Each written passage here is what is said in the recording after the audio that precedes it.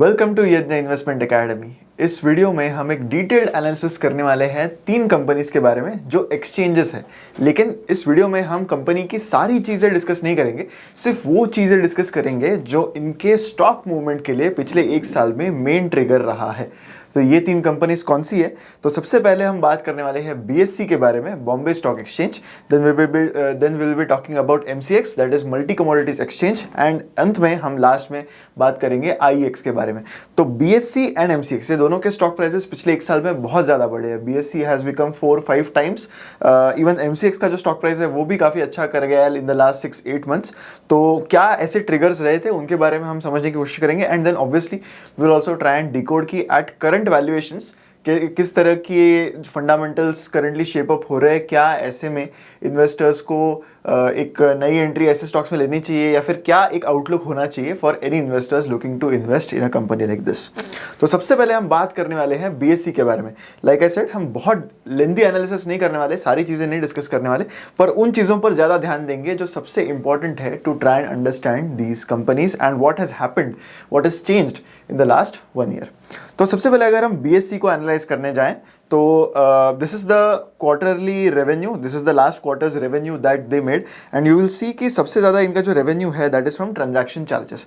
Transaction charges से company ने पिछले क्वार्टर में यानी Q3 और FY24 में 166 करोड़ का रेवेन्यू जो है वो कमाया है, which is a very high increase compared to both on a year-on-year basis also, that is compared to the Q2 of FY24 also and compared to Q3 of FY23 as well। तो उसमें company का revenue 663 crore रहा था। This is a photo from their investor presentation and these figures are in million। तो करोड़ में आपको convert करना होगा सारे नंबर्स को। तो 166 करोड़ का रेवेन्यू कंपनी ने ट्रांजैक्शन चार्जेस के थ्रू किया था। बाकी चीज़ों से भी रेवेन्यू कंपनी का आता है, जैसे services to corporates, other revenue, treasury income. तो सर्विसेज टू कॉर्पोरेट्स में क्या रहता है, यहाँ पर लिस्टिंग फीस होती है। तो जो भी कंपनी बीएससी पर लिस्टेड है तो वो सारी कंपनीज को एक एनुअल चार्जेस देने पड़ते हैं बीएससी को to stay listed on the Bombay stock Exchange. तो ये सारे मेनली रेवेन्यू के स्ट्रीम्स है कंपनी के लिए। हमें ये ध्यान रखना है कि सबसे मेजर रेवेन्यू कंपनी का जो है वो ट्रांजैक्शन चार्जेस से ही आता है, if we look at the recent quarters right now. तो जो इंटीग्रेटेड बिजनेस मॉडल है बीएससी का, बहुत सारे स्ट्रीम ऑफ रेवेन्यूज है, पर हमें ये समझना बहुत जरूरी है कि कैसे, कौन से रेवेन्यूज है जो मार्केट साइकिल से लिंक्ड है एंड कौन से ऐसे रेवेन्यूज है जो इंडिपेंडेंटली एक रिकरिंग रेवेन्यू कंपनी को दे सकते हैं। तो if we look at transaction charges, company के खुद के इन्वेस्टर प्रेजेंटेशन में उनका ये कहना है कि this is to an extent linked to market activity, ऐसा कंपनी ने यहाँ पर बताया। तो मार्केट एक्टिविटी जितनी भी होगी, जैसे futures and options and derivatives या फिर कैश इक्विटी मार्केट जो है उसमें भी जो वॉल्यूम्स रहेंगे उस पर ये डिपेंडेंट रहता है। इसमें कंपनी का ज़्यादा इन्फ्लुएंस नहीं हो सकता। Company can not do much to influence this. It is ultimately dependent on the participants of the market, कि उनकी एक्टिविटी की वजह से अगर रेवेन्यू ज़्यादा आता है तो ऐसे में company can get higher revenue from these things. Treasury income on clearing funds and settlement funds, अभी this is also linked to the market activity to an extent. बाकी सारे जो रेवेन्यूज है कंपनी के, services to corporates, data dissemination fees, other income जो भी आ रहा है कंपनी को, ये सब में से, तो ये सारी चीज़ें एक रिकरिंग रेवेन्यू है, यानी ये एक स्टेबल रेवेन्यू रहेगा कंपनी के लिए। This is not linked to any market cycle. लेकिन जो रेवेन्यू सबसे ज़्यादा कंपनी को कंट्रीब्यूट कर रहा है, transaction charges, they are obviously market linked. तो ये हमें बीएससी के केस में समझना बहुत ज़रूरी है। तो जो भी चेंजेस आए बीएससी के स्टॉक में आए, आप देख सकते हो कि पिछले मार्च, अप्रैल, मई से एक ट्रेंड शुरू हो गया जहाँ पे BSE stock price has done really well. So what really changed? सबसे बड़ा चेंज आया उनके मैनेजरियल एस्पेक्ट से, गवर्नेंस एस्पेक्ट से।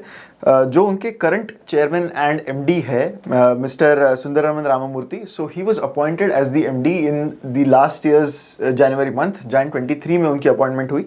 जब उनकी अपॉइंटमेंट हुई तब थोड़े से बहुत सारे जो शेयर होल्डर्स थे बीएससी के and some of the senior people involved in BSC, they were not really happy with this appointment. And उसका रीज़न यही था कि they were not happy कि someone who is outside the company has been promoted as the chairman and director of BSC Limited. तो why Sundararaman Ramamurthy was an outsider? Because उनका जो background था, he is not from BSC. He has 20 years of experience with NSE, National Stock Exchange, which is the competitor of BSC. Obviously काफ़ी बड़ा player है यहाँ पर. But उनका जो background है, he has worked with NSE for more than 20 years. जिसके बाद वो Bank of America के Indian arm में भी थे. He was COO at this bank's Indian arm. And उसके बाद उनकी अपॉइंटमेंट जो है वो बीएससी में हुई. तो more or less it was not a very good time for him to take up the company, because थोड़ी सी अनईजीनेस थी, थोड़ी सी फ्रिक्शन थी among the people who are involved with BSC कि शायद ये अपॉइंटमेंट कंपनी को नहीं करनी चाहिए थी. Why have they appointed him as the chairman. But उनके आते ही कुछ चेंजेस कंपनी में होने लगे. सबसे पहले उन्होंने जो चेंजेस किए, अभी धीरे धीरे हम वो सारी चीज़ों की बात करेंगे कि क्या ऐसा कर दिया कंपनी में उन्होंने जिससे एक गेम चेंजिंग मोमेंट हो गया बीएससी के स्टॉक के लिए. तो if you see the market share of BSc, जो कंपनी है that is constantly gaining market share. तो डेरिवेटिव मार्केट शेयर अगर हम देखें जो नोशनल वैल्यू पर बेस्ड है, तो वहाँ पर आप देख सकते हो कि अप्रैल 23 तक दिस वाज ऑलमोस्ट जीरो जो बीएससी का शेयर है, क्योंकि सारा जो शेयर था यहाँ पर वो एनएससी के द्वारा ही आ रहा था.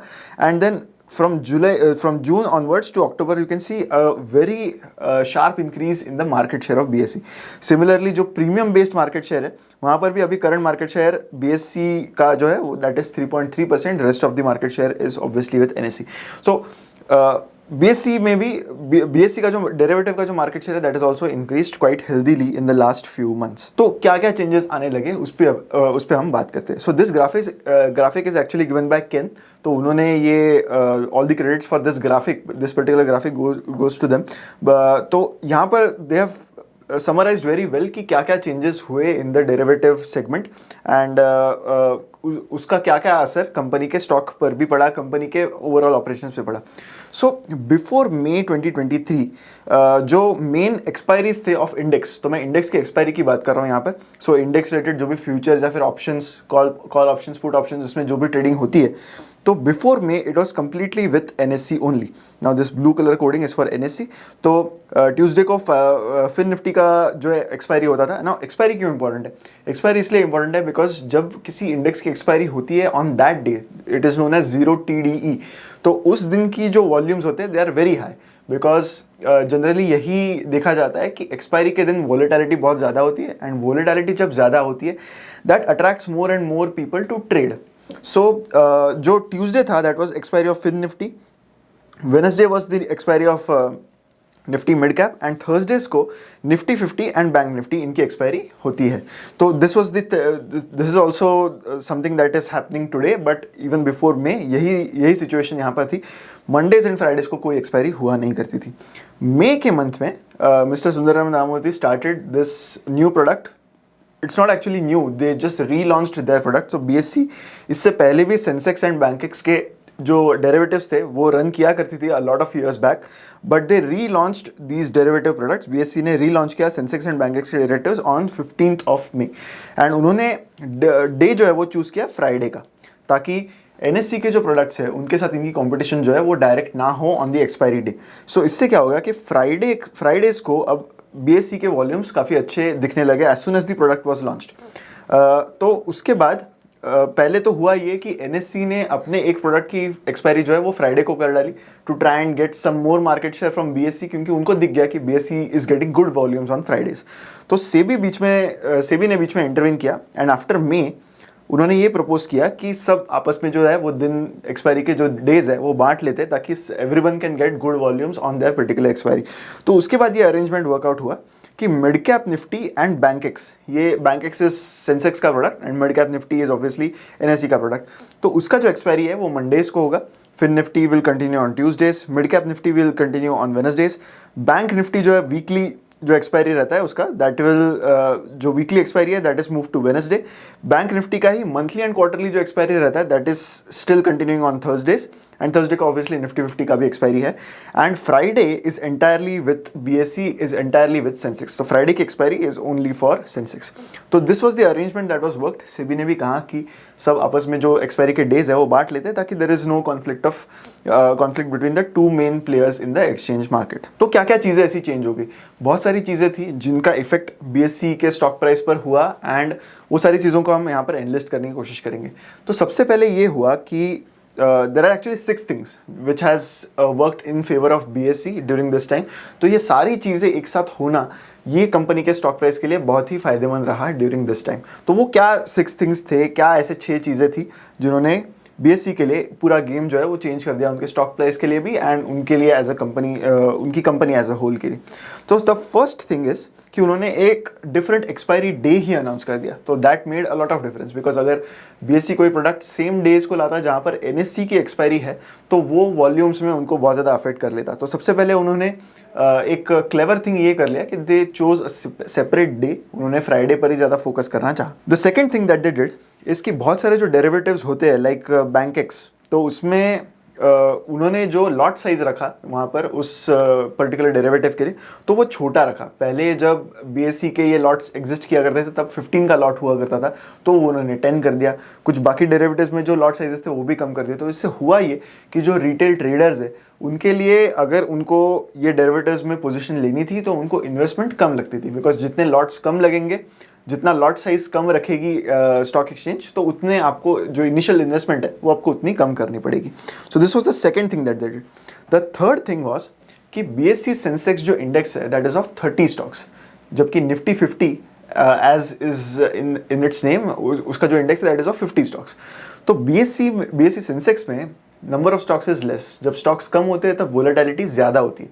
ज़्यादा वोलेटिलिटी से और भी रिटेल ट्रेडर्स होते हैं या फिर anyone who is trading, they like volatility, because volatility आपको चांस देती है to become in a favourable position जहाँ पर आप पैसा बना सकते हो, जहाँ पर you have chance of making money.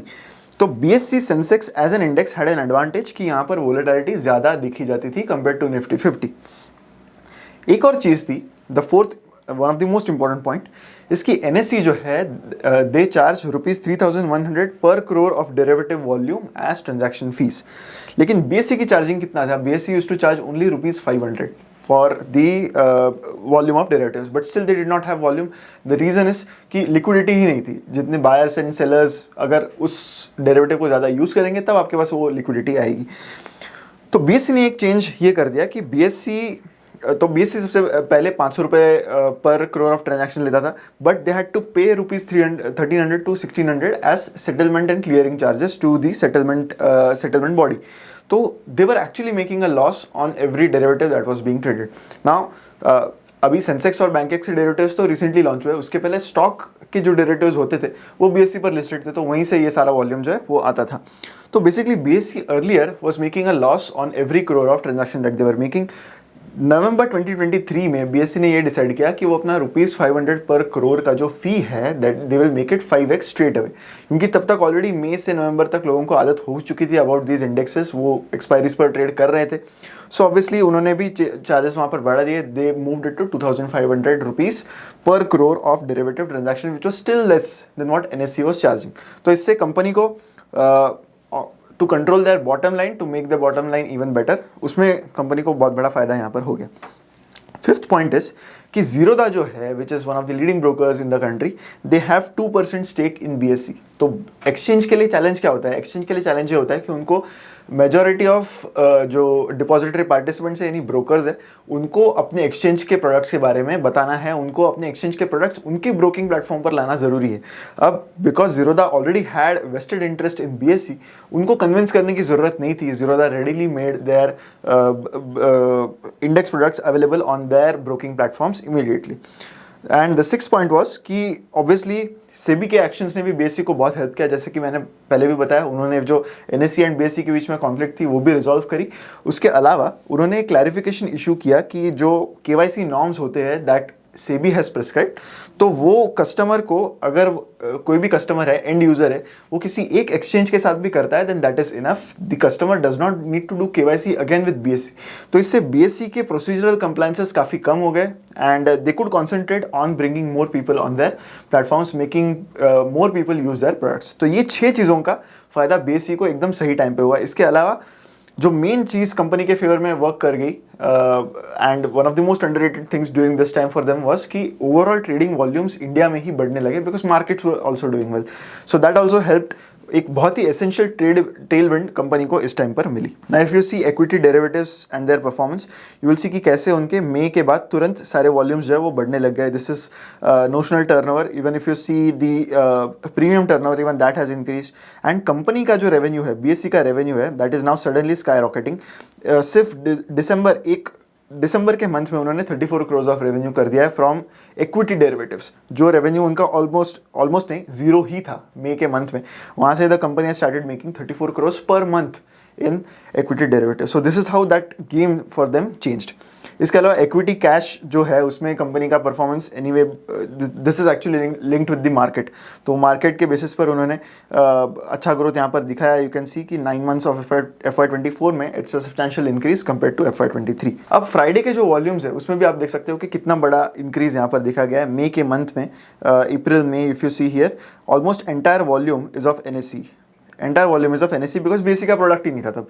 And now as per this recent data, now you will see कि 58% जो वॉल्यूम है, that is 58% of trading volume on Friday, that is on BSE's product, क्योंकि BSE की एक्सपायरी उस दिन होती है। So that is how this transition period, within 1 year they have changed the game in what is happening in the exchange space. तो यही चीज़ों का फ़र्क BSE के स्टॉक प्राइस पर भी पड़ा। You can see the stock chart for last 3-4 years. आप देख सकते हो कि last if you see March 21 to around March 22, you can see that there was one rally that had happened in the stock price of BSE at that time. तो वो भी इसी वजह से थी कि higher volumes equities and derivatives में तब देखने लगे थे, एंड ऑब्वियसली जब वॉल्यूम्स हायर होते हैं तब आपका स्टॉक प्राइस भी बेटर करता है। Now what has happened since May to till date, ये जो रैली दिख रही है, तो जो चीज़ें कंपनी ने की थी जिसके बारे में हमने डिस्कस किया, जो सुंदररामन राममूर्ति ने भी किया, तो नए प्रोडक्ट्स लाए, एंड उनको एक मेजर टेलविंड ये थी कि जो वॉल्यूम्स थे इक्विटीज़ एंड डेरिवेटिव्स में, वो इस समय में और भी बढ़ने लगे। सो 2-3 चीज़ें साथ में आने की वजह से कंपनी के स्टॉक प्राइस पर उसका असर ज़्यादा होने लगा। लेकिन जब हम BSE की बात कर रहे हैं तो NSE से कंपैरिजन काफ़ी नेसेसरी भी है। तो चीज़ें BSE के लिए बेटर हो गई, लेकिन कितनी बेटर हो गई? There is still a long way to go if in terms of catching up with NSE। Now NSE का अगर आप रेवेन्यू देखोगे in FY24, this is for the first half FY24, they are making 66% of the revenue from options revenue. तो आप देख सकते हो कि कितना स्पेकुलेशन बेस्ड जो वॉल्यूम है वो इस NSE पर उनका जो इनकम है वो कितना ज़्यादा वहाँ से आ रहा है।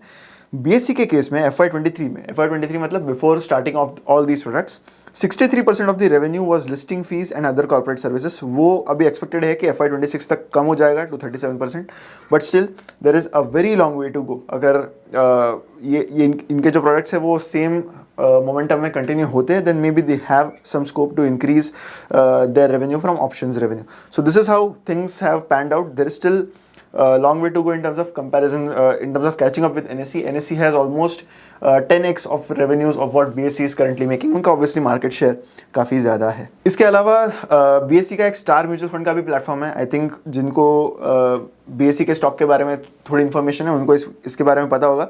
It does not give them a very large revenue, 86 crore का रेवेन्यू उनको 9 मंथ्स ऑफ FY24 में मिला है यहाँ से, but they have almost 85% market share among exchange platforms for their star mutual fund platform. हालांकि ये रेवेन्यू भी बड़ा है, but it does not have that much effect जो ट्रांजैक्शन चार्जेस के बेसिस पर BSE के स्टॉक प्राइस में हुआ है। ये एक एक्सेप्ट है from an interview. So obviously इतना स्टॉक प्राइस बढ़ने के बाद अ lot of media outlets were also behind mister Ramamurthy to understand कि क्या क्या चीज़ें उन्होंने की है, एंड ही हैज़ वेरी उनके जो भी इंटरव्यूज़ मैंने पढ़े to do research for this particular video, तो मैंने हमेशा देखा कि he has been very upfront about saying कि ये जो भी रैली उनके स्टॉक में रही है, it is largely also because of being very lucky with the timing where they were doing all these changes. जैसे उन्होंने यहाँ पर कहा है कि उनको इंटरव्यू ने पूछा है कि the stock has done really well in the last 1 year, 300% का रिटर्न भी आया है, so are you feeling happy about this? So उन्होंने तब कहा है कि this is actually a culmination of demand and supply in the market, which comes from what market perceives. उन्होंने ये भी कहा है कि from a stock exchange perspective, it is more like a ladle in a big pot of खीर. तो खीर बनाने के लिए जो एक लैडल होता है to mix the खीर, वैसा है. तो उन्होंने ये कोट किया कि the ladle does not know the sweetness of the kheer, the job of the ladle is to distribute it whether it is sweet or not, the consumers decide. So एक flavour भी उनका यहाँ पर दिखाई देता है कि ही इज़ अवेयर कि बहुत सारी चीज़ें उनको इस वजह से मिली है because they were in the right place at the right time in terms of market cycles. तो this is basically the summary of what has happened with BSE. Derivative trading in India itself is on a rise. अगर हम stock market derivatives की भी बात कर रहे हैं तो यू विल सी कि कैसे एशियन मार्केट्स, एशिया पैसिफिक का आप यहाँ पर चार्ट देख सकते हो, कैसे दिस इंक्रीज हैज़ हैपेंड. 2023 में it has increase at a very fast rate. The NSE जो नेशनल स्टॉक एक्सचेंज है, that accounts for 80% or so of the world's equity options trading. Can you imagine that? NSE का जो exchange है, that accounts for 80% of the world's option trading. I'm not talking about India. I'm talking about the world. तो इतना ज़्यादा volume currently option trading में India से आ रहा है. Whether it's a thing to be proud of और whether it is a sign of danger, that is something मैं आप पर रखूँगा to decide. But this is how the volumes of options trading have been increasing. अगर आप जो current price अगर देखोगे स्टॉक का किस तरह से मूवमेंट हुआ है स्टॉक के प्राइस में, यू विल सी कि बहुत सारी चीज़ें ऑलरेडी फैक्टर इन हो चुकी है. The stock has become 4 to 5x in just with in a year. तो एक हमें हमेशा ध्यान रखना है कि ऐसे बिजनेस मॉडल्स में, जैसा मैंने वीडियो के स्टार्ट में बताया था, कंपनी खुद बता रही है कि मार्केट लिंक्ड चीज़ें हैं, बहुत सारी ऐसी चीज़ें हैं जिनका मार्केट साइकिल्स पर असर बहुत पड़ता है. तो अगर ऐसी कोई सिचुएशन आती है जिसमें ऑप्शन की ट्रेडिंग कम हो जाती है, तो company does not have anything in their hands to boost their revenue. तो ये रिस्क हमें ध्यान रखना बहुत ज़रूरी है, स्पेशली एट अ टाइम जब कंपनी का स्टॉक ऑलरेडी इतना अप्रिशिएट हो चुका है. तो ये सारी चीज़ें हमें BSE को एनालाइज करने के टाइम ध्यान में रखनी चाहिए. ऑब्वियसली बहुत बड़ा मूव ऑलरेडी स्टॉक प्राइस में हो गया, सो अकॉर्डिंगली इन्वेस्टर्स ने अपनी रिस्क को भी वहां पर इवैल्यूएट करना चाहिए. तो अब नेक्स्ट कंपनी जिसे हम यहाँ पर एनालाइज करने वाले हैं इज MCX. नाउ MCX का रेवेन्यू, हम तुरंत नंबर्स पर सबसे पहले जाते हैं. स्टॉक प्राइस के मूवमेंट के बारे में आपको ऑलरेडी पता होगा शायद, बट रेवेन्यूज़ जो है उनको हम इवैल्यूएट करते हैं. सबसे पहले ऑपरेटिंग रेवेन्यू जो है कंपनी का, this is in crores. For the latest quarter it is almost 200 crores, 191 crores का रेवेन्यू कंपनी ने किया है. कंपैरिजन में if you look at Q3 of FY23 वहाँ पर 143 करोड़ था एंड Q2 में 165 करोड़ था. Revenue is okay, revenue is increasing, but main thing जो यहाँ पर नोटिसेबल है that is EBITDA and PAT. You will see कि Q3 ऑफ FY24 में there is a loss even on an EBITDA basis. Similarly Q2 of FY24 में भी, यानी previous sequential quarter में भी कंपनी का EBITDA लॉस रहा था. पिछले साल में EBITDA लॉस नहीं था, 53 करोड़ का EBITDA पॉजिटिव था. तो ऐसा क्या हुआ है? कुछ तो हुआ है इस साल में, FY24 में कुछ तो हुआ है, स्पेशली Q3 एंड Q2 में कुछ तो हुआ है, जिसकी वजह से कंपनी की बॉटम लाइन पूरी कोलैप्स हो गई है, लेकिन top line is doing quite well, revenue is doing quite well. तो चलिए ये सब चीज़ों को इस वीडियो में आगे हम समझते हैं. जहाँ तक मार्केट शेयर की बात आती है तो BSE NSE वाली राइवलरी यहाँ पर नहीं है. MCX has a very high market share. They have almost entire market share in the commodity space. अगर आप यहाँ पर देखोगे फ्यूचर्स का मार्केट शेयर की अगर हम बात करें तो प्रेशियस मेटल्स में कंपनी की 100% मार्केट शेयर है, एनर्जी में 99.53 है, ऑलमोस्ट हर एक चीज़ में एक्सेप्ट फॉर एग्री कमोडिटीज़. हर एक कमोडिटी में कंपनी की मार्केट शेयर काफ़ी ज़्यादा हाई यहाँ पर हमें नज़र आती है. तो क्या स्टोरी रही है, ऐसा क्या हो गया Q2 में एंड Q3 में जिससे उनका स्टॉक, जिससे उनकी जो प्रॉफिटेबिलिटी है वो इतनी कोलैप्स हो गई, but still during this time the stock has done really well.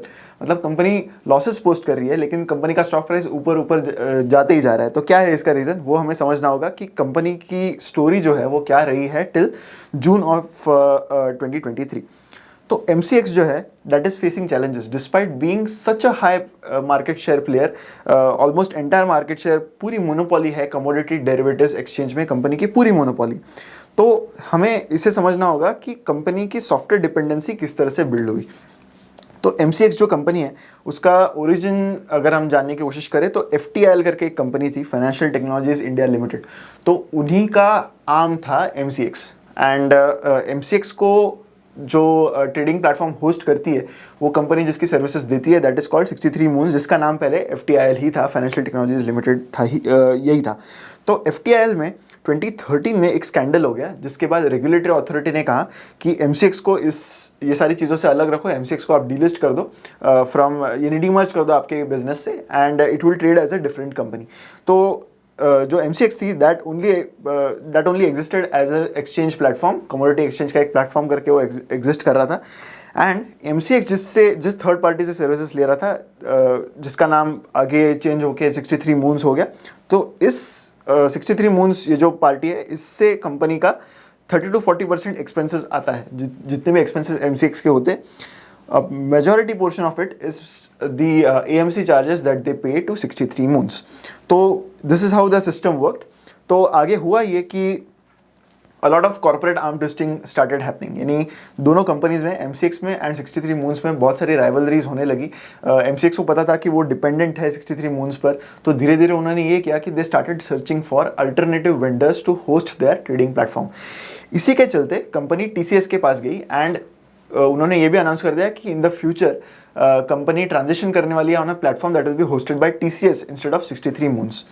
अब ये सारे जो इम्प्लीमेंटेशंस थे, ये इजी नहीं है कि कोई भी कमोडिटी ट्रेडिंग का अगर एक प्लेटफॉर्म है, जो आपकी सिस्टम होती है, that has been arranged after a lot of efforts that have been taken, बहुत सारी चीज़ें, बग्स, ये सब फिक्स कर करके एक फाइनल ट्रेडिंग प्लेटफॉर्म बनता है। तो जो ट्रांजिशन है, that is not easy to some other vendor. तो वो सारे ट्रांजिशंस में डिले आने लगे, सॉफ्टवेयर ट्रांजिशंस के काफ़ी सारे इश्यूज दिखने लगे, एंड इस वजह से उनको क्या करना पड़ा MCX को कि उनको जो एग्जिस्टिंग कॉन्ट्रैक्ट है विद 63 मून्स, वो उनको रिन्यू करना पड़ा। बिकॉज ऑफ दीज रीजन उनके पास और कोई ऑप्शन भी नहीं था। हम you need to pay the AMC charges if you want to keep the software hosted with 63 moons, and obviously वो कॉन्ट्रैक्ट मतलब there was no option to discontinue it, because अगर वो कर दिया तो कंपनी का प्लेटफॉर्म ही चालू नहीं रहेगा। तो ऐसे सिचुएशन में 63 मून्स ने ये किया कि they started increasing the contract prices, जिसकी वजह से कंपनी का FY23 का भी अगर आप रेवेन्यू देखोगे, then it has come down quite a lot. तो 63 मून्स ने ये किया कि जो कॉन्ट्रैक्ट प्राइस पहले ऑलमोस्ट 16 करोड़ पर क्वार्टर हुआ करता था, वो उन्होंने हाइक कर दी। रिसेंट जब 6 मंथ्स का एक एक्सटेंशन कंपनी ने साइन किया, तब 63 मून्स सेट कि we will be charging 125 crore rupees per quarter. जो charges 16 crore rupees per quarter होते थे 2 साल पहले ही, उसकी जगह पे यू विल हैव टू पे अस 125 crore rupees per quarter, which was more than the profitability of MCX, जिस वजह से कंपनी ने लॉस करना शुरू कर दिया। तो ये 6 महीने की ही बात थी, इसीलिए इनफैक्ट MCX के पास और कोई ऑप्शन भी नहीं था। जो करंट होस्टिंग था वो 63 मून्स के पास ही था, and they had no other option. Transition में थोड़ा टाइम लग ही रहा था, तो ऐसे में उनको they had to increase their contract with 63 moons there. तो ऐसे में बहुत सारे फ्रिक्शन यहाँ पर हुई। अगर आपको जुलाई का मंथ याद होगा 2023 में, देन तब MCX एंड 63 मून्स के बीच में जो फ्रिक्शन था, that was even more apparent. 63 moons ने एक सरकास्टिक वे में कम्युनिकेशन भी दिया ऑन दी स्टॉक एक्सचेंजेस की उन्होंने इसमें यही बताने की कोशिश की कि इतना MCX हम पर डिपेंडेंट है, एंड ऐसे चलते ये सारे इवेंट्स होने लगे। But during this time itself ये एक चीज़ काफ़ी क्लियर होने लगी कि एक TCS की तरफ ट्रांजिशन भी होगा, जिसके बाद again the charges will come down, and ऐसे में ऑलरेडी जो टॉप लाइन था उसमें कोई प्रॉब्लम तो थे नहीं कंपनी के। Commodity derivative trading was doing quite well for the company. तो ये जो सॉफ्टवेयर सपोर्ट चार्जेस है, how have they affected MCX profitability, ये हमें समझना बहुत ज़रूरी है। नाउ इफ यू सी, हमने FY16 से Q3 और FY24 तक ये कंपैरिजन किया है। यू विल सी कि 17, 18 से लेके 22 तक हर साल you will C almost the charges between 50 to 60 crore, 16 crore रफली पर क्वार्टर वो चार्ज करते थे। तो उस हिसाब से ये सारे चार्जेस थे कंपेयर टू पैट। तो पैट तब कंपनी का काफ़ी अच्छा भी था, it was doing okay for the company here. But FY23 में पहला एक्सटेंशन जब आया, तब उन्होंने अपने प्राइजेस बढ़ा दिए, एंड उस वजह से software support charges for the year came out to be 188 crore, जिससे कंपनी का पैट ज़्यादा बढ़ नहीं पाया। इनफैक्ट जब इसके दौरान इनके वॉल्यूम्स ऑलरेडी बढ़ने लगे थे, but because software support charges में इतने पैसे पे करने पड़ रहे थे, इसलिए कंपनी का पैट सबड्यूड ही रहा। Q1 के बाद ये चार्जेस और भी बढ़ा दिए 63 मून्स ने, and now you can see the effect in the last 3 quarters. ये ये इतने चार्जेस उनको पर क्वार्टर पे करने हैं, जबकि पैट उनका इतना ज़्यादा अफेक्टेड यहाँ पर हुआ है। तो अगर हम पैट को देखते हैं एक्सक्लूडिंग द सॉफ्टवेयर चार्जेस, तो ये तीनों क्वार्टर्स में company has actually done quite well, but because of these software support charges company की जो पैट है वो और भी कम होने लगी। बट मार्केट को ये पता था कि 63 मून्स के साथ जो कॉन्ट्रैक्ट है वो खत्म होने वाला है, so market will always be forward looking. It already started pricing everything in terms of the time when 63 moons will won't be the vendor for the company. तो चेंज आया सितंबर 2023 के आसपास, जहां पर एमसीएक्स ने डिक्लेयर किया कि वो टीसीएस के द्वारा सर्विस्ड एक जो डेरिवेटिव प्लेटफॉर्म है वो स्टार्ट करेंगे। As of today it is already on the TCS platform. तो उसके मॉक सेशंस जो है वो कंडक्ट होना शुरू हो गए कंपनी के। नाउ अगर हम नंबर्स देखें, वॉल्यूम्स, तो वॉल्यूम्स देखने का नज़रिया यही है कि जो टॉप लाइन है वो कंपनी के लिए कभी प्रॉब्लम थी नहीं। In fact in the last 1 year जो ट्रेडिंग वॉल्यूम है फॉर कमोडिटी डेरिवेटिव्स वो इंक्रीज ही होते जा रहा है। तो वो कैसे इंक्रीज हुआ है, you can see it here. जो पहला जो कॉलम है यहाँ पर आप देख सकते हो the latest quarterly figures. This is the average daily turnover in rupees crores. Energy यानी क्रूड ऑयल रिलेटेड कॉन्ट्रैक्ट्स का आप देख सकते हो 91,000, ऑलमोस्ट 92,000 उसका जो है एवरेज डेली टर्नओवर रहा है। इन कंपैरिजन पिछले सिक्वेंशियल क्वार्टर में it was 82,000 crores and Q3 of FY23 में दिस वाज 44, यानी डबल से भी ज़्यादा क्रूड ऑयल का वॉल्यूम एक ही साल में यहाँ पर होता हुआ नज़र आ रहा है। सिमिलरली डिलीवरी रिलेटेड जो भी चीज़ें हैं उसमें भी काफ़ी ज़्यादा वेरिएशन आप देख सकते हो, यानी यहाँ पर भी जो टोटल वॉल्यूम है वो भी काफ़ी ज़्यादा बढ़ने लगे हैं। अब अगर हम पिछले 10 क्वार्टर का ट्रेंड देखें तो this is actually a snippet from Motilal Oswal's report. तो यहाँ पर आप देख सकते हो कि कैसे इनके वॉल्यूम्स बढ़े हैं। Now if you see energy, तो ये 9,944 this is the average daily turnover crores. इसका average daily turnover Q2 of FY22 में हुआ करता था and will see in the last 10 quarters कैसे ये बढ़ता जा रहा है। It has now reached 58,000, that is 58,000 crores in within the last 10 quarters. So almost एक 6x जंप यहाँ पर आप देख सकते हो, जिसका मिक्स एनर्जी का मिक्स जो था क्रूड ऑयल के जो डेरिवेटिव्स था उसका मिक्स 47% हुआ करता था, वो अभी 80% हो चुका है। So that's a very big increase that has happened in the mix among the all the commodities that they host. तो ये सारी ट्रेडिंग कर कौन रहा है, हु इज़ एग्जैक्टली ट्रेडिंग, कौन सी ऐसी पार्टीज है जो कर रही है। तो डेटा से ये समझ में आया है कि maximum of them are proprietary traders, यानी ऐसे ट्रेडिंग कंपनी जिनका काम ही है to just trade in commodity derivatives.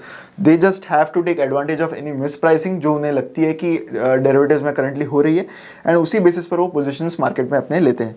तो उस वजह से ये चेंज यहाँ पर आया है। 46% जो है that is the volume from proprietary traders, बाकी रिटेल की वजह से 47% आ रहा है। एंड जो हेज करने के पॉइंट ऑफ व्यू से जितने लोग पोजीशन ले रहे हैं दैट इज़ ओनली 6%। वेरएस अगर आप आयरॉनिकली ये देखो तो डेरिवेटिव्स का main focus, the reason why derivatives came into the picture in the early days was because it used to be a very good hedging tool. लेकिन अब speculation based rally ही इतनी ज़्यादा बढ़ गई है, स्पेकुलेशन बेस्ड वॉल्यूम्स ही इतने ज़्यादा बढ़ गए कि majority of the volumes are mainly from proprietary traders और द रिटेल ट्रेडर्स। इसके अलावा एल्गोरिदम बेस्ड ट्रेड्स जो है वो ज़्यादा डोमिनेट कर रहे हैं। So this is mainly the increase the difference that has happened in the industry as a whole. Algorithm based trading जो है क्रूड ऑयल ऑप्शंस का, क्रूड ऑयल फ्यूचर्स का, वो अब ज़्यादा यहाँ पर बढ़ने लगा है। ये सब चीज़ों का ही असर एमसीएक्स के शेयर प्राइस पर होने लगा। सो यू विल सी एक टेक ट्रांजिशन पीरियड था यहाँ पर, जहाँ पर जो सारे एमसीएक्स के 63 मूव्स के साथ जो भी प्रॉब्लम्स थे वो इस समय चल रहे थे। तो इसी वजह से इतने देर के लिए कंपनी का स्टॉक प्राइस जो है वो फ्लैट ही रहा, ज़्यादा बड़ा नहीं, ज़्यादा कम भी नहीं हुआ। एंड सडनली जब ये चीज़ें क्लियर हो गई कि now 63 moons is soon going to be history, the stock price had a huge effect. एक तो कमोडिटी ट्रेडिंग ऑलरेडी अच्छा करने लगा था उसी टाइम पर, तो जैसे बीएसई को एक एडवांटेज आया of a big industry Tailwind, तो वो यहाँ पर एमसीएक्स को भी था। एंड उसके साथ ही एक major resolution of a big problem that they had, वो साथ में होने की वजह से वो भी बढ़ने लगा। तो अभी 63 moons as of now is history. तो अगर हमें आगे के फ्यूचर वैल्यूएशंस देखने हैं तो ये देखना ज़रूरी है कि टीसीएस को जो ये पेमेंट्स करेंगे एनुअल बेसिस पर, तो उसके बेसिस पर वैल्यूएशंस एंड ये सारी चीज़ें, प्रॉफिटेबिलिटी, ये सब कैसे नज़र आता है। तो टीसीएस को जो पेमेंट करने वाली ये कंपनी है उसमें एनुअल चार्जेस तो है ही, उसके साथ ही डेप्रिसिएशन भी होगा on the software that they are currently capitalising. तो जो सॉफ्टवेयर है that will be capitalised as an intangible asset and उस पर एक अमोर्टाइजेशन होता है। तो हमने एक रफ फिगर्स यहाँ पर डालने की कोशिश की है कि FY25 एंड FY26 में किस तरह के रेवेन्यू नंबर्स हो सकते हैं, कंसिडरिंग कि जो current tailwind in commodities trading is going to continue, तो उस केस में कंपनी का रेवेन्यू 850 से 1000 करोड़ के बीच में यहाँ पर हो सकता है। उस बेसिस पर इनका जो EBITDA है वो भी यहाँ पर बढ़ेगा। डिप्रिसिएशन एंड बाकी अदर इनकम भी कंपनी को होता है because of high amount of cash that they have on their balance sheet. तो ये सब देखते हुए we can expect that company somewhere about 350 to 400 crore का पैट FY25 में करेगी एंड 500 to 600 के आसपास करोड़ का पैट जो है वो FY26 में करेगी। Considering the current market cap, उसको अगर हम करंट मार्केट कैप से कंपेयर करें कंपनी से, तो it is still trading at a very high PE ratio of 50 times earnings for FY25। FY26 के लिए अराउंड 37 टाइम्स अर्निंग्स पे करंटली जो है स्टॉक इज ट्रेडिंग। तो एक एक्सचेंज के लिए जहाँ पर अगेन लाइक BSE इटसेल्फ जो ट्रेडिंग वॉल्यूम्स है या फिर जो नेचर है आपके इनकम का, उस पर आपका कंट्रोल नहीं है, that is mainly because of the industry settlement, तो वो प्रॉब्लम्स यहाँ पर हो सकते हैं। एंड ऐसे में it does not make sense to pay a very high PE multiple for these type of companies. तो this was the reason why their rally has happened and we are trying to understand कि current valuations जो है उसमें does it make sense। तो ऐसे में we are not trying to project कि ये जो stock में rally आई थी वो शायद miss हो गई। the investors who are part of such rallies उनको भी शायद पता नहीं था कि उनके companies में ये सारे tailwinds भी हो सकते हैं। but sometimes investing में ऐसे ही होता है कि कभी कभी आप लकी भी होते हो इन अ सेंस कि ऐसे कुछ चीज़ें आपके फेवर में काम करती है, आपकी कंपनी के फेवर में काम करती है जो आपने शायद एंटिसिपेट ना किए हो। सो this is how the things have gone for these two companies. अब आते हैं हमारे फाइनल कंपनी पर, यहाँ पर IEX। तो पहले दो कंपनीज के स्टॉक प्राइसेस ने पिछले एक साल में बहुत ही अच्छा रिटर्न दिया है, बट IEX के केस में ऐसा नहीं रहा है। In spite of being an exchange, in spite of power markets doing very well, power का जो जनरेशन है, energy generation that is happening very high, peak power generation भी ज़्यादा बढ़ता हुआ नजर आया। तो सारी चीज़ें तो इंडस्ट्री के फेवर में है, फिर IEX के स्टॉक ने अच्छा क्यों नहीं किया है? तो I am sure a lot of people might be knowing about market coupling जो अनाउंस हुआ था इन जून, पर हम उन चीज़ों को अगेन रिविजिट करने की कोशिश करेंगे टू अंडरस्टैंड कि अभी भी सिचुएशन चेंज हुई है या नहीं हुई है। तो इलेक्ट्रिसिटी जनरेशन का जो मार्केट है, इलेक्ट्रिसिटी का जो मार्केट है, उसमें 86% of the contracts are longer term. तो जो भी जनरेटिंग कंपनी है उनके डिस्कॉम से जो अग्रीमेंट्स होते हैं they are called PPA agreements. तो उसमें maximum of this agreements are long term in nature, up to 25 years के वो कॉन्ट्रैक्ट्स होते हैं।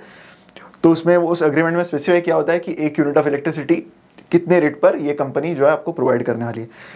शॉर्ट टर्म का जो मार्केट है, यानी शॉर्ट टर्म के लिए इलेक्ट्रिसिटी आपके ग्रिड पर पहुंचाने का जो काम है, सो वो 14% मार्केट है यहाँ पर, जिसमें से एक्सचेंजेस पर 7% जो है वो ट्रेडिंग होता है।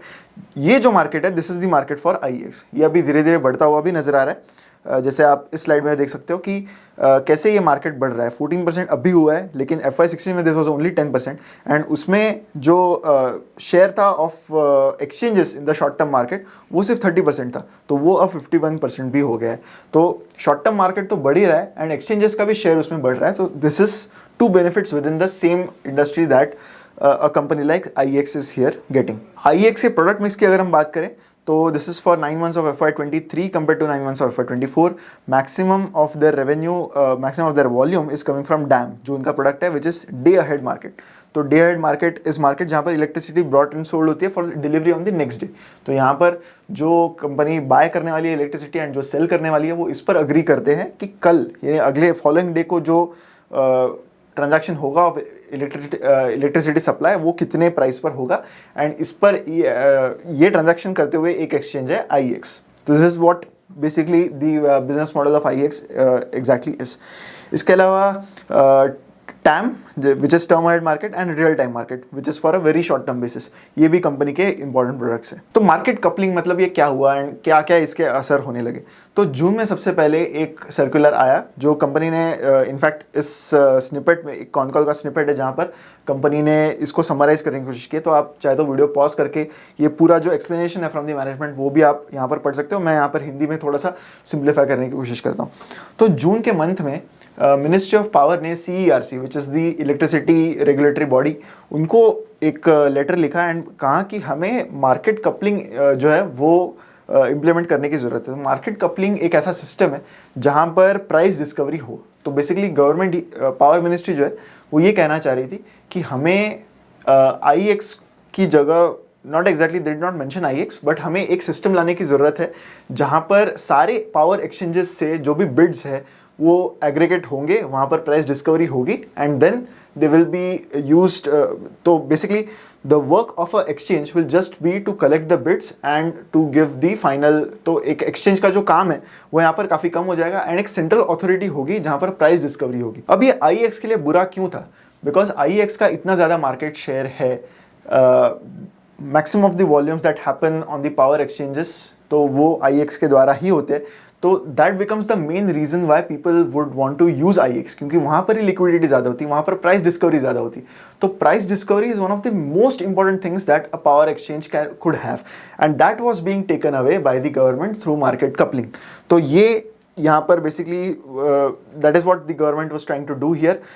उसके बाद CERC ने कुछ डिस्कशन पेपर्स फ्लोट किए to try and understand from other industry experts की whether market coupling is going to make sense. उसमें 127 people had submitted there suggestions, जिसमें से 70% से भी ज़्यादा लोगों को ये लग रहा था कि मार्केट कपलिंग करंटली करने की ज़रूरत नहीं है। उसके क्या क्या रीजंस थे वो हम आगे देखेंगे, but this is what is currently happening right now. अब तक कोई फाइनल डिसीजन नहीं हुआ है, लेकिन जैसे ही ये इवेंट, इसकी पॉसिबिलिटी मार्केट को दिखी, they already started discounting the price to earnings multiple of IEX, although fundamentally उनके बिजनेस में कोई ज़्यादा असर नहीं होने वाला था। तो अगर आप IEX अभी इन्वेस्टर प्रेजेंटेशन देखोगे कि क्या बेनिफिट है IEX का as per the company, they will say कि they provide benchmark prices for all electricity transactions and it's a transparent mechanism for price discovery. ये कंपनी ने दो चीज़ें यहाँ पर बताई है, लेकिन अगर पावर कपलिंग इंप्लीमेंट होता है तो ये दोनों चीज़ों पर एक बहुत बड़ा प्रॉब्लम दिखता है। ये दोनों चीज़ें बेसिकली एग्जिस्ट नहीं करेंगी अगर मार्केट कपलिंग आता है, बिकॉज प्राइस डिस्कवरी जो है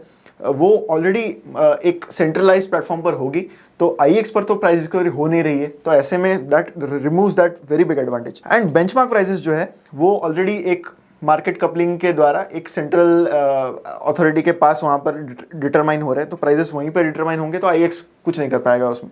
सो these two things which are one of the most important thing of the IEX, they have a very big question mark कि इसका क्या फ्यूचर हो सकता है। इसके अलावा अगर हम फंडामेंटली बिजनेस की बात करें तो एक प्रॉब्लम कंपनी को ये होने लगा है कि सप्लाई साइड के इफेक्ट्स कम होने की वजह से IEX जो प्राइस चार्ज करता है पर kilowatt hour for their dam product, तो वो भी कम होता हुआ नजर आ रहा है। इफ़ यू सी अप्रैल में this use to be more than 10 rupees, अब वो भी गिरते गिरते now that has come down to 3.9 4.6 rupees per kilowatt hour.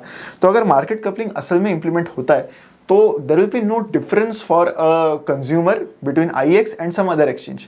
तो ऐसे में कोई अगर और एक्सचेंज आ गया जिसने बोला कि मैं करंटली IEX 4.6 दे रहा है तो मैं 3 पे कर देता हूँ, मैं 2 पे कर देता हूँ, 1 पे कर देता हूँ, तो ऐसे में जो प्राइस वॉर है वो यहाँ पर चालू हो जाएगा एंड ऐसे में कंपनी के पास कोई मेजर एडवांटेज रहेगा नहीं। That is the problem that is going to happen with market coupling if it gets implemented. तो वो जो पेपर था अबाउट मार्केट कपलिंग जिसमें सजेशंस गवर्नमेंट ने इनवाइट किए थे, तो उसके हिसाब से क्या क्या आर्ग्यूमेंट्स थे for market coupling and what were against, उसकी बात करते हैं। तो आर्ग्यूमेंट्स फॉर कपलिंग में सारे प्लेयर्स ने ये कहा था कि इससे कंपटीशन इंप्रूव हो जाएगा, वॉल्यूम्स बढ़ जाएंगे, ट्रांजैक्शन कॉस्ट कम हो जाएंगे, ऑपरेशंस में ईज हो जाएगा, बेटर सर्विसेज होंगे, मोनोपोली कोई कंपनी कर नहीं पाएगी तो चेक भी रहेगा मोनोपोली पे। तो ये सारी चीज़ें people who are in favour of coupling उन्होंने कहा, आर्ग्यूमेंट्स फॉर कपलिंग में था उन्होंने कहा। Whereas people who are not in favour of coupling, who are against coupling, उनका ये कहना था कि इससे काफ़ी एक डिसरप्शन आ सकता है in the power exchange market. Role of exchange जो है that will get diminished as a bid collecting agency, यानी एक एक्सचेंज का काम सिर्फ बिड कलेक्शन ही रह जाएगा, बिकॉज प्राइस डिस्कवरी तो सेंट्रल जो अथॉरिटी है उसके पास हो ही रही है मार्केट कपलिंग के अंडर, तो ऐसे में कोई रेलेवेंस रह नहीं जाएगा एक्सचेंज का। Dampening effect on innovation and technology investments, यानी कोई नया innovation in terms of products वो आएगा ही नहीं, बिकॉज कंपनी भी सोचेगी कि अल्टीमेटली मेरे पास प्राइसिंग है ही नहीं, मेरा प्लेटफॉर्म लोग यूज नहीं करने वाले हैं, तो there is no need to do any new innovations in this. So this is what some more people also said. इससे एडवर्स इफेक्ट ऑन कंपटीशन भी आएगा, ये भी कुछ कंपनीज ने यहाँ पर कुछ ओपिनियन देने वाले लोगों ने यहाँ पर कहा, and all these things will have a very adverse effect on IEX, ऐसा भी एक ओवरऑल अंडरस्टैंडिंग था। अब तक ये सारी चीज़ें डिसाइड नहीं हुई है, बट अगर आप शेयर का प्राइस देखोगे इन the last 3 years, you will see कि एक करेक्शन जब उनका स्टार्ट हुआ, एक करेक्शन यहाँ पर होने लगा because of lot of reasons, कुछ मार्केट शेयर भी जाने लगा एंड ऑलरेडी एक बहुत बड़ा यूफोरिया कंपनी के स्टॉक प्राइस में इस ड्यूरेशन में हुआ था। But if you see market coupling जब से आया है तब से stock price has not gone up, not gone much down, थोड़ा सा करेक्शन ये मार्केट कपलिंग के अनाउंसमेंट के बाद आया and the price has stayed the same in the same range since. तो ये सारी चीज़ें बेसिकली कंपनी के स्टॉक प्राइस पर एक बेयरिंग लेने लगी after the coupling announcement was made. तो that is it for this video. 3 companies को हमने कवर करने की कोशिश की टू ट्राई अंडरस्टैंड कि क्या ट्रिगर्स रहे थे उन तीनों कंपनीज के स्टॉक प्राइस मूवमेंट्स में इन द लास्ट 1 ईयर। मैं आशा करता हूँ कि वीडियो आपको काफ़ी इंसाइटफुल लगा होगा इन टर्म्स ऑफ अंडरस्टैंडिंग कि क्या क्या चीज़ें हुई है इन 3 कंपनीज में। शायद आप इसमें से कुछ नई चीज़ें भी इस वीडियो के द्वारा आई होप आपने यहाँ पर सीखी होगी। अगर वीडियो आपको अच्छा लगा है तो लाइक ज़रूर कीजिएगा एंड शेयर भी करें इस वीडियो को विद मैक्सिमम पीपल। ऐसे ही कुछ वीडियोज़ के लिए, ऐसी कुछ इंसाइटफुल वीडियोज़ के लिए हमारे चैनल पर बने रहिए। मिलते हैं अगले वीडियो में। Thank you so much.